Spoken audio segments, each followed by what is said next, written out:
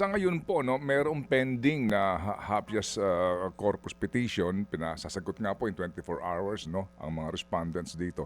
Kayo po, sa grupo po ninyo ng mga abogado ngayon, maliban po dito, ano po ang inyong binabalak naman doon ngayon sa the Netherlands na kung saan po at 9 PM Manila time ang simula po first pre-trial hearing po sa kaso po ng dating Pangulo?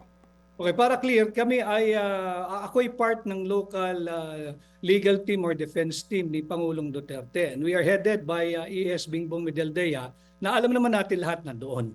Pagdating naman sa Zahig ay ang tasking niyan, of course, we leave it to the daughter, the Vice President, makabuo naman ng legal team that will represent President Duterte there. Magiging complementary lang yung kanyang international lawyers at kami dito sa kanyang mga local defense team sa pamumuno nga ni ES Bingbong, si Attorney Martin Delgra, si Attorney Bebot Bello, Attorney Fred Lim, Attorney Billy Dulay, at si Attorney Bobet Terion, and yours truly.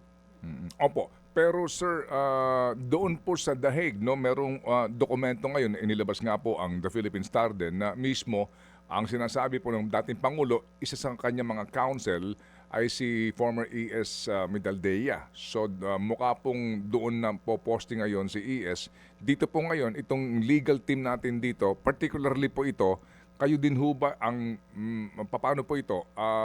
Will you intervene? Kasi sino ho ba yung mga abogado ng mga anak ng Pangulong Duterte po na naghain dito sa habeas corpus petition? Ito ba yung grupo ho ninyo ng mga lawyers na binanggit nyo? Hindi. Yung kay Mayor Baste, yung I believe she's a lawyer from Davao, yung nag-file noon. At yung kay anak naman ni Pangulong Duterte, kay Miss Kitty, I think si Attorney Sal Panelo naman ang nag-handle. Opo, at So meron, iba yung lawyers ng habeas corpus, but we have yet to sit down ng lahat kami, Ted, for obvious reason. Masyadong maraming nangyari since the time of his arrest last Tuesday. And this has been very mentally, physically, and to some, if not all, emotionally draining sa lahat. Opo, yung nga po, yung you have to talk and meet, no, para ho, kasi mukhang, yung nga po, di ba, yung habeas corpus, tatlong mga anak, tatlong separate po na habeas corpus petition. Bagamat ito ho ngayon ay pinagsama na ng Supreme Court, no? Yes. Opo, kasi para ba maging, kumbaga, iisa lang pong grupo ito na nag-uusap-usap para po sa iisang adikain, no?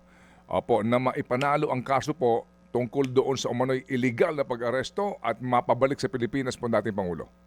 Yes, mag-uusap-usap kami. It's just a matter of magtugma-tugma yung schedule. As you know, some of the lawyers are based in Davao, so kinakailangan din nilang umuwi ng Davao. Si ES Bingbong naman ay nasa Netherlands at ilan lang kami natitira dito.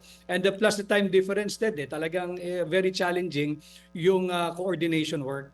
But we will complement one another, the local with the international, and as locals will coordinate with yung may hawak naman ng habeas corpus cases.